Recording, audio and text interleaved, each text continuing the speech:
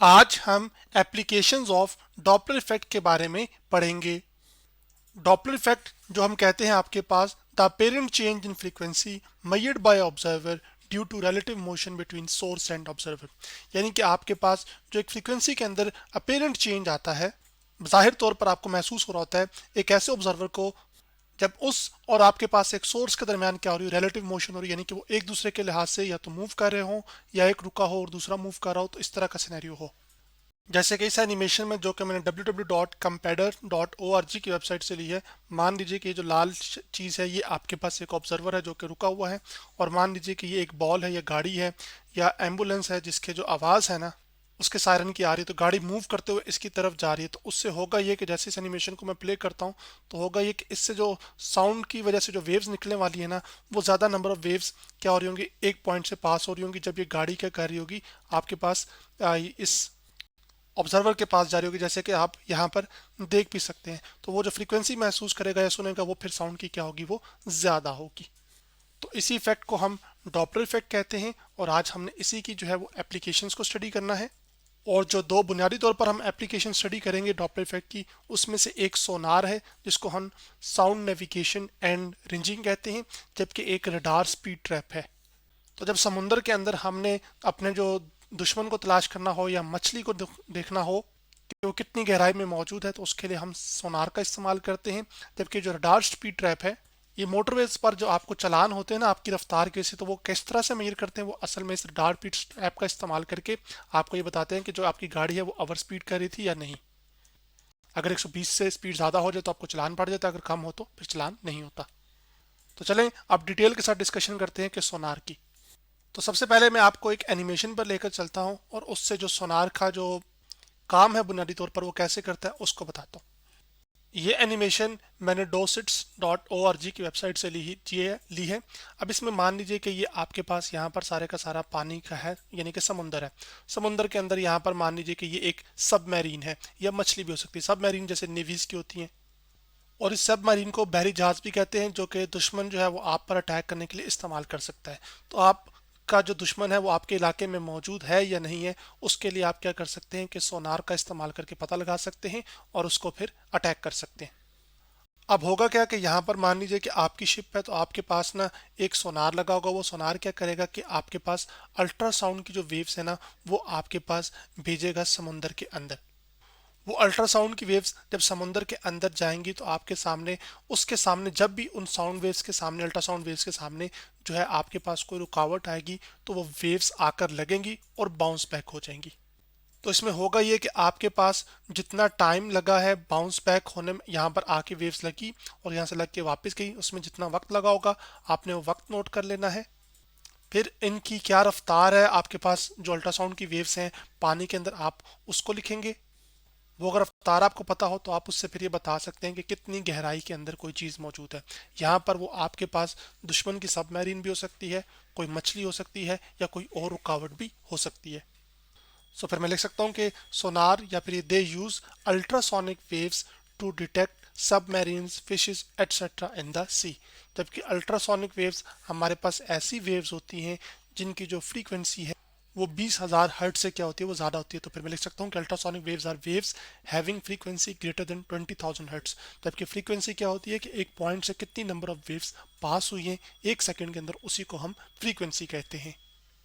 इसी तरह इन्हीं सोनार का इस्तेमाल करके, जैसे आप इस तस्वीर में देख सकते हैं, जैसे कि यहाँ पर क्या होगा कि आपके पास अल्ट्रासोनिक वेव्स पानी के अंदर भेजी जाएंगी। तो यहाँ पर मान लीजिए कि आपके पास क्या मौजूद है, मछली मौजूद है, यानी कि एक रुकावट आ गई ना। तो जब आपके पास रुकावट आ गई यहाँ पर, तो आपके पास ये जो वेव्स आएंगी ये इससे टकराएंगी, और टकराने के बाद लगकर जब वापस जाएंगी, तो इसी के अंदर ना आपके पास सोनार के अंदर क्या होता है कि आपके पास एक रिसीवर लगा होता है, जो कि आपके पास इससे जो वेव्स लगी हैं जो रिफ्लेक्ट होकर वापस गई हैं उनको क्या करता है, वो डिटेक्ट करता है। अब यहाँ पर चूंकि पानी की के अंदर जो मछली है वो भी मुसलसल मोशन में होती है, और आपके पास ये जो सोनार है जो कि एक शिप में लगाया जा सकता है, तो वो शिप भी क्या कर रही होती है, कंटिन्यूसली मोशन करती है। ये दोनों एक दूसरे के लिहाज से मुसलसल मोशन में होते हैं। इस वजह से ये जो एप्लीकेशन है ये हमारे पास किसकी बन जाती है, आपके पास डॉपलर इफेक्ट की। आप ये भी कर सकते हैं कि इसको आप बिल्कुल ही स्टेशनरी कर दें, तो ये यहाँ से क्या करेगा कि आपके पास जो अल्ट्रासाउंड की वेव्स होंगे ना उनको भेजेगा। लेकिन जो अल्ट्रासाउंड की वेव्स को भेज रहा होगा ना, ये असल में एक कोन की शेप में होंगे। और उस कौन-नुमा शेप के अंदर जो वेव्स को भेजा जाता है वो आप इस तस्वीर के अंदर देख सकते हैं। इससे फ़ायदा ये होता है कि आपके पास ये जो ज़्यादा एरिया है ना वो कवर हो सकता है, और उससे फिर ये होता है कि आपके पास ये जो मछली है, जैसे कि ये मुसलसल क्या कर रही होगी, ये दाएं बाएं भी मूव कर सकती है, ऊपर नीचे भी मूव कर सकती है। तो जितना ज़्यादा इससे एरिया कवर होगा ना, उतनी आसानी के साथ वो चीज़ क्या हो जाएगी, वो डिटेक्ट हो जाएगी। अब यहाँ पर क्या होगा कि आपके पास ये सोनार है मान लीजिए, तो मैं इसको लिख भी देता हूँ कि आपके पास ये क्या है, सोनार है। अब ये जो सोनार है इससे अल्ट्रासाउंड वेव्स निकलेंगी, जिसको मैं सोनार को पहले मुकम्मल लिख लेता हूँ।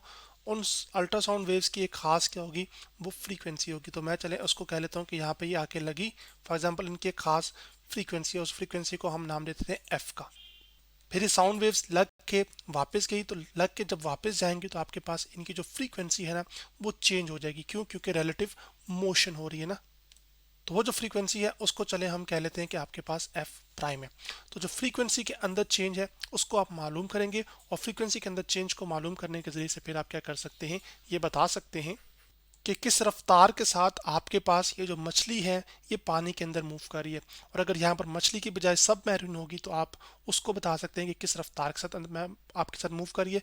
फिर आप अपनी कैलकुलेशन करेंगे और उसके लिहाज से इसको निशाना बना सकते हैं। लेकिन अगर ये मालूम करना हो कि ये कितनी गहराई में मौजूद है, तो उसके लिए आप क्या करेंगे कि आप जो है ना सिंपल जो स्पीड का फॉर्मूला होता है उसका ही इस्तेमाल करेंगे। यहाँ से साउंड वेव्स आई, और वो साउंड वेव्स यहाँ पे कौन सी अल्ट्रासाउंड है, और उसके बाद वो लग के वापस गई। तो इसके बीच में जो वक्त गुजरा है उसको हम टाइम टी कहेंगे। तो आपके पास जो रफ्तार है ना वो हमारे पास क्या होती है कि स्पीड, यानी कि वो क्या होती है कि कितना फासला तय हुआ कितने वक्त के अंदर। तो जो स्पीड है वो हमारे पास इक्वल टू आ जाएगा डिस्टेंस ओवर टाइम के। तो अब आपके पास यहाँ पर जो डिस्टेंस है वो असल में आपको ये बताएगा कि कितनी गहराई में मौजूद है, यानी कि डेप्थ बताएगा। तो यहाँ पे जो टाइम है वो हम लिख लेते हैं। अब ये टाइम आ गया। अब हम क्या कर लेते हैं कि आपके पास, क्योंकि स्पीड हमें ये बताती है कि कितना फासला कितने वक्त में तय हुआ, तो स्पीड जो है इसको हम रिप्रेजेंट करते हैं सिंबल v के साथ, जो कि मैंने लिख लिया। इक्वल टू आ जाएगा आपके पास डिस्टेंस को हम s से और टाइम को t से। तो यहाँ पर जो t है ये डिवाइड हो रहा है, तो जाके क्या हो जाएगा, मल्टीप्लाई। तो s आपके पास इक्वल टू आ जाएगा v t। लेकिन अब यहाँ पर ये जहन में रखिएगा, आपके पास ये जो टाइम आप कैलकुलेट करोगे ना वो वाला टाइम होगा जिसमें वेव इसको आके लगी है और इससे लग के फिर वापस गई है। तो इसका मतलब है कि आपके पास टाइम डबल काउंट हो रहा है। अगर 3 सेकंड आने में लगे हैं तो 3 सेकंड जाने ही में लगेंगे, क्योंकि वो तो टोटल फासला बता रहा है जिसमें वो वक्त लगा है, यानी कि आई, लगी और फिर वापस गई। तो ये चीज़ किस गहराई पर मौजूद है वो आपको फिर क्या करना पड़ेगा कि यहाँ पे जो टाइम टी है उसको आप क्या करोगे कि हाफ करना पड़ेगा। यानी कि आपके पास ये जो टी टाइम है वो आपके पास जो भी टाइम आपने स्टॉप वॉच पे कैलकुलेट किया होगा या सोनार के अंदर आपको मिला होगा, फॉर एग्जांपल कि जब वेव्स लग कर आई और वापस आई, तो आपके पास वो जो टाइम है वो टी प्राइम होगा। उसको आप 2 पे डिवाइड करोगे तो आपके पास वो टाइम आ जाएगा जो कि इसको लगा होगा कि आपके पास सोनार से वेव्स निकली हो और इस टारगेट को स्ट्राइक की हो। तो आप इस टी प्राइम, तो जो टी है इसकी जगह फिर क्या पुट कर सकते हो, टी प्राइम बाई 2। तो आपके पास आ जाएगा S is equal to V T, और डिवाइड बाई क्या आ जाएगा आपके पास 2। तो आप स्पीड ऑफ साउंड पुट करोगे या स्पीड ऑफ अल्ट्रासाउंड पुट करोगे वाटर के अंदर, टाइम पुट करोगे, उसको 2 से डिवाइड कर दोगे, तो आपके पास जो टोटल वैल्यू है वो आपके पास ये एस जो है इससे पता चल जाएगा कि कितनी गहराई के अंदर आपके पास ये मछली या सब मैरीन मौजूद है। तो चलें अब हम आगे बढ़ते हैं, और आपके पास ये जो रडार स्पीड ट्रैप है, जो सेकंड एप्लीकेशन है यहाँ पर हमारे पास डॉपलर इफेक्ट की, उसकी बात करते हैं। अभी जो रडार स्पीड ट्रैप है इसका इस्तेमाल जो मोटरवे पे पुलिस मौजूद होती है वो करती है, ताकि जो गाड़ियों की रफ्तार है उसको जाना जा सके, और जिन गाड़ियों की रफ्तार एक खास रफ्तार से ज़्यादा होगी तो उनको फिर चालान किए जाएंगे। तो इसमें क्या होता है कि जो रडार स्पीड ट्रैप होता है इसमें रेडियो वेव्स का इस्तेमाल किया जाता है, ताकि जो कार्स की स्पीड है उनको मालूम किया जा सके। जबकि जो रेडियो वेव्स हैं ये आपके पास क्या है, ये एक्चुअली इलेक्ट्रोमैग्नेटिक वेव्स हैं। और इलेक्ट्रोमैग्नेटिक वेव्स हमारे पास ऐसी वेव्स होती हैं जिनको कोई मीडियम नहीं चाहिए होता ट्रैवल करने के लिए। तो इसी बात को मैं यहाँ पे लिख भी देता हूँ कि requires no medium to travel. जबकि इसके बरक्स आपके पास जो साउंड वेव्स हैं उनको ट्रैवल करने के लिए कोई ना कोई मीडियम चाहिए होता है, जैसे कि हवा, पानी।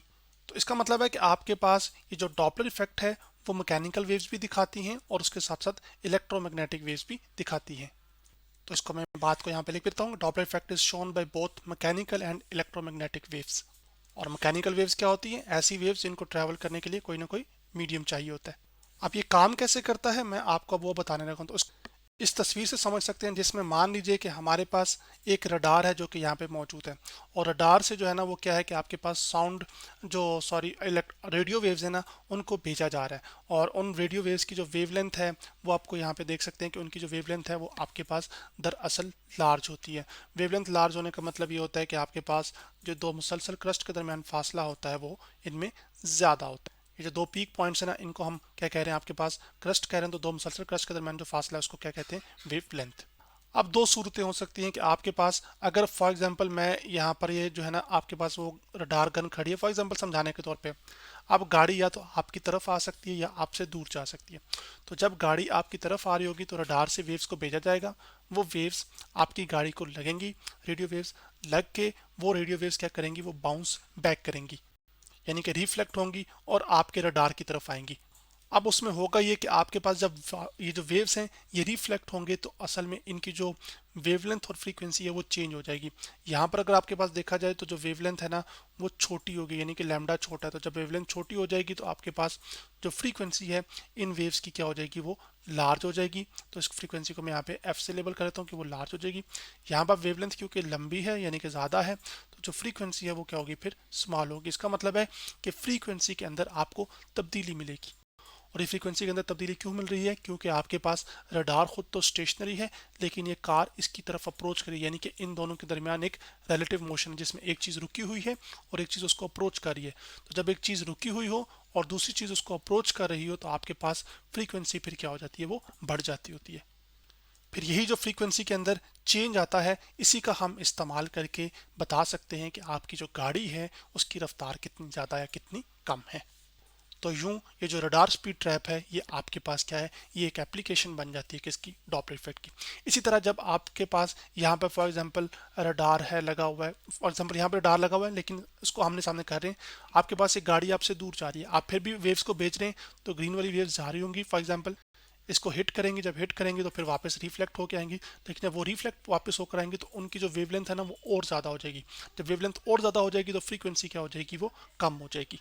और यही चीज़ तो हमने डॉपलर इफेक्ट में पढ़ी है कि जब आपके पास एक ऑब्जर्वर या एक चीज़ स्टेशनरी हो और उससे कोई चीज़ दूर जा रही हो तो जो फ्रीक्वेंसी ऑफ साउंड या फ्रीक्वेंसी ऑफ लाइट अपेरेंटली जो वो मेजर करेगा वो फिर क्या होगी, वो कम होगी जो एक्चुअल फ्रीक्वेंसी इस रडार की थी उससे।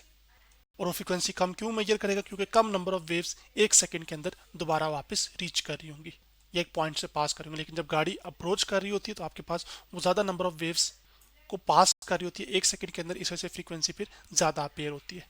तो आज हमने एक दो एप्लीकेशन जो थी डॉपलर इफेक्ट से रिलेटेड उनके बारे में पढ़ा।